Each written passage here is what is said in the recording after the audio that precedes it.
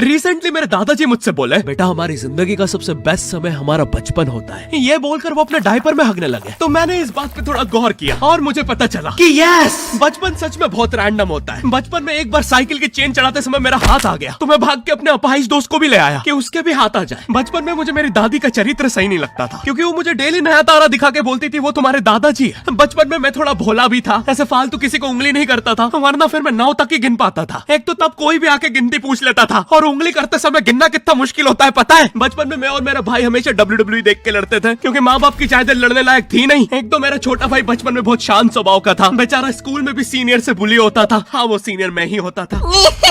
एक बार मुझसे बोलता भैया डॉक्टर बनना मेरा सपना है, तो मैंने उसे नीट की बुक्स ला दी, तो अब वो उसका पूरा सपना बन गया। अब वो डॉक्टर गेम में भी बीमारी बनता है, और बवासीर पीछे होती है। चिंटू बुक्स नहीं पढ़ रहा है तू? एक बार बेचारा बिस्तर पे गिर के रोने लग गया, तो सब बोलने लग गए कुछ नहीं हुआ, चींटी मर गई, चींटी मर गई। मैं यहाँ सोच रहा हूँ फिर अभी तक हम चींटियों वाले बिस्तर पे क्यों सो रहे थे? हाँ, घर में सबकी पीठ पे ददोड़े हो रखे हैं। हाँ, ये नहीं गिरता तो हमें तो पता ही नहीं चलता बिस्तर पे चींटियां हैं। हम तो सोए जा रहे हैं चींटियों वाले बिस्तर पे। और स्कूल में जब भी ये छोटे भाई पैड में हक देते हैं, तो बड़े भाई को क्यों बुलाया जाता है? पता है कितनी घनघोर बेइज्जती होती है पूरी क्लास के सामने, और बुलाते भी इतने सस्पेंस है, वो देख के बड़े भाई का हगना निकल जाता है। ऐसे 2 छोटे बच्चे स्लो मोशन में भाग के आ रहे हैं। हाँ, वो उनकी नॉर्मल स्पीड है।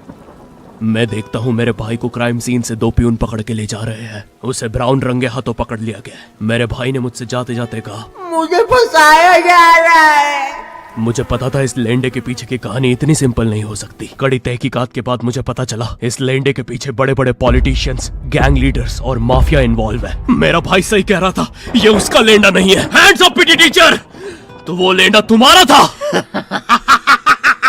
तो तुम्हें पता चल ही गया, तुम मुझे कभी नहीं पकड़ सकते। रुको, भाग गया। जाने दो उसे बेटा, हमने पीटी टीचर के बड़े भाई को बुला लिया है वो लेंडा उठाने।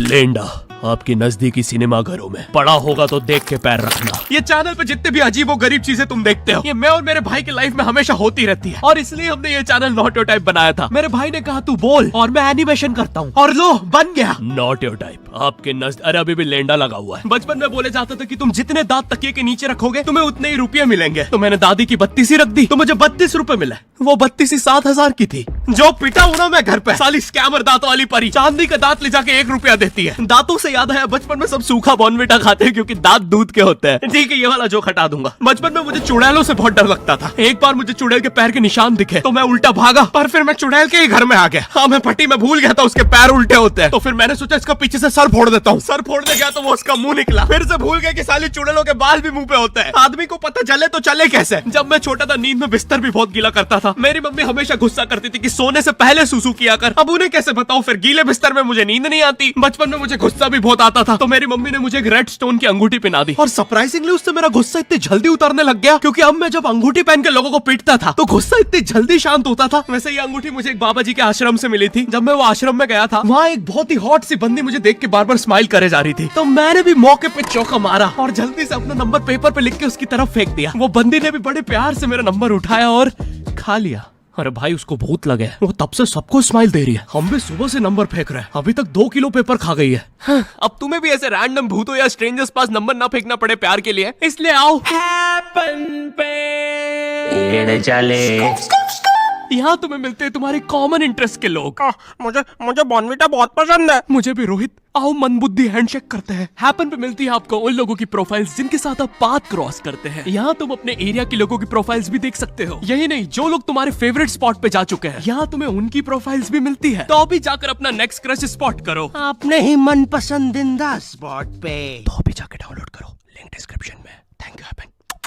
बचपन में मेरी मम्मी हमेशा बोलती रहती थी कि बाहर जाके खेलो। अब बाहर मेरे मोहल्ले के बच्चे भाई वो ऐसे अजीब अजीब से गेम्स खेलते थे। कहीं ड्रैगन फ्लाई में रस्सी बांध के उसको पेट बना लिया है, कहीं नंगे भाग रहे टायर के पीछे लकड़ी मारते मारते। मेरी मम्मी को उन पे दया आ रही है कि बेचारे गरीब बच्चे किसी भी चीज से खेल लेते हैं, फिर हमारी कार पलट जाती है। हाँ, वो टायर हमारी कार का था। और मुझे एक बात बताओ, चक्के से खेलने पे वो गरीब कैसे कंसिडर हो रहे हैं? क्या पता उनने कार खरीद के चक्का निकाला हो, क्या पता लैम्बोर्गिनी के चक्के से खेल रहे हो। नहीं, तुम्हें कैसे पता चल रहा है वो गरीब है या अमीर? और एक चक्के से इतनी सारी एक्टिविटी करेंगे ये लोग। कभी चक्के में रस्सी बांध के झूला बना दिया, कभी झूले से फिका के खुद को लूला बना दिया, कभी लूले पे झूला बांधकर हुला हू बना दिया। ये इतने हरामी बच्चे थे, इनके साथ कोई भी घर नहीं खेलता था, क्योंकि घर ये जुए में लगा के हार जाते हैं। ये वो बच्चे जिन्हें तुम रिमोट कंट्रोल कार भी दोगे तो उसकी मोटर निकाल के पंखा बनाएंगे। एक बार इन्होंने रिमोट कंट्रोल रिमोट बनाया था। तुम अगर इस रिमोट पे बटन दबाओगे तो इस रिमोट पे बटन दबेगी, बस ये लोग मकर संक्रांति के दिन पतंग भी लूटते थे दुकानों से। पतंग से याद है मैं बचपन में अपने दोस्त जनक के साथ बहुत पतंग उड़ाता था। जनक गुजराती था और गुजराती लोग तो बहुत बड़े पतंगबाज होते हैं। वो लोग गला काटने के बाद भी काय पोचे चिल्लाते हैं। जनक मेरे घर पे इतना बड़ा गिर्रा लेके आता था पतंग उड़ाने। उस पर पता नहीं कितने 1000 किलोमीटर का मांझा लपटा होता था। हम दोनों का सपना था उस गिर्रे की पूरी ढील देना। एक बार तो गिर्रा खाली होने ही वाला था पर वो पतंगार तो घूम के हमारे पीछे से आ गई। हमने हमारी ही पतंग काट दी। तो इस बार हमने सोचा पतंग पूरी परपेंडिकुलर उड़ाएंगे, स्ट्रेट। हमने 2 घंटे ढील दी। वो मांझे में वेव सिग्नल आने लग गए प्राचीन भाषा में। हमें लगा हमने एलियंस ढूंढ लिया, बट फिर धीरे से वो सिग्नल क्लियर हुआ। हमें पता चला हमने कोई नासा का 100 मिलियन का टेलीस्कोप काट दिया।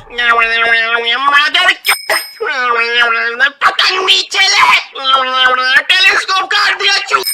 नासा का टेलीस्कोप जैसे ही नीचे गिरा बच्चों से पहले विसरो ने लूट लिया। बहुत वियर्ड था, इतने सारे बुड्ढे छत कूद के भाग रहे थे। एक तो जनक के मांझे में इतनी सारी गठाने होती थी, वो मांझा इतना भारी हो जाता था। हम चौथे माले से पतंग उड़ा रहे, वो दूसरे माले पे उड़ रही है। बचपन में बोला जाता है किसी भी स्ट्रेंजर से बात नहीं करते, तो फिर मैं इशारे करता था। तो फिर दादी मेरे चरित्र पे सवाल उठाती थी। दादी से याद है पुराने जमाने में एंटरटेनमेंट के लिए कुछ होता नहीं था, तो लोग 7-7, 8-8 बच्चे पैदा कर लेते थे ताकि उन्हें जायदाद पे लड़ता देख मजे ले सके। मेरे पापा के 5 भाई और 4 बहनें हैं, टोटल 9 बच्चे। मेरी दादी ने जिंदगी के 9 साल बस बच्चे दिए। दादी ने 9 साल तक पेट में इतनी लाते खाई है, उनके अंदर से एब्स आ गए थे। मेरी दादी लिटरली अंदर से टूट चुकी थी। उनका इतनी बार ऑपरेशन हो रखा है, उनको डॉक्टर ने टाकों की जगह चेन लगा दी थी। भाई आज के जमाने में तो इतने बच्चे कोई पैदा नहीं करता, उल्टा अबॉर्शन करवा लेते हैं। और यस मैं अबॉर्शन बोलूंगा क्योंकि मुझे जेल नहीं जाना। एक तो इंडिया में भी अबॉर्शन करवाना लीगल है, लेकिन बच्चे का जेंडर जानना इलीगल है। मतलब तुम मार तो सकते हो, लेकिन किसे मार रहे हो ये पता नहीं कर सकते। तो देखो अब रिस्क कितना बढ़ गया है। क्या पता अंदर शेर बैठा हो या कोई बड़ा गैंगस्टर, क्योंकि तुम्हें तो पता नहीं है तुम किसकी सुपारी दे रहे हो। क्या पता वो अंदर बंदे लेके बैठा हो। बचपन में सबके मम्मी पापा डराते हैं मस्ती मत करो वरना बोर्डिंग स्कूल भेज देंगे। और मुझे बोर्डिंग स्कूल से इसलिए डर नहीं लगता था कि मैं वहां जाके अपनी फैमिली से दूर हो जाऊंगा। मुझे बोर्डिंग स्कूल से इसलिए डर लगता था क्योंकि वहां पे वो बड़े दांतों वाला ईशान अवस्थी होता है। मैंने पहली बार जब तारे जमीन का ट्रेलर देखा था तो उसमें वो पागल बच्चे ने आतंक मचा रखा था। फिर मैंने मूवी का नाम पढ़ा तारे जमीन पे। मुझे लगा बिछाए होंगे इस पागल को पकड़ने के लिए, शॉक वॉक देना होगा तारों से। इसके तो दांत भी इतने बड़े हैं, सारी तारे काट देता होगा। मुझे ट्रेलर देख के लगा कोई एक्शन मूवी है, आमिर खान जोकर बना हुआ है। मुझे लगा यही तारों का जाल बना के पकड़ेगा पागल को। हाँ ट्रेलर देख के तुम्हें क्या ही समझ में आएगा। एक शॉट में आमिर खान बोल रहा है आपके बच्चे को डिसलेक्सिया है, फिर अगले ही शॉट में जोकर बन के बड़ा मछलियाँ उड़ती क्यों नहीं। फिर मुझे लगा ये शायद अपने माँ बाप को बोल रहा था। और दया तो मुझे उस लंगड़े बच्चे पे आती है जिसके बगल में ईशान अवस्थी को बिठा दिया था। वो बेचारा उठ के भाग भी नहीं सकता। और मैंने तो सुना था बोर्डिंग स्कूल में बस नॉटी बच्चे जाते हैं, तो फिर इस बेचारे गाय से बच्चे को क्यों यहाँ भेज के रखा है। कहीं ऐसा तो नहीं इसके पहले पैर थे और ये बहुत मस्ती करता था तो माँ बाप ने पैर तोड़ के इधर भेज दिया। बस भाई मेरा हो गया है आज का। अगर तुम्हें वीडियो पसंद आई तो यार लाइक मारो। एम करते हैं 7 लाख लाइक्स के लिए। पिछले वीडियो में नहीं आए थे इसलिए अब मैं औकात में आ गया हूँ, इसलिए अभी लाइक मारो। चैनल पे नए हो तो सब्सक्राइब करो। मुझे मुंह दिखाई के लिए 10 मिलियन सब्सक्राइबर्स चाहिए। और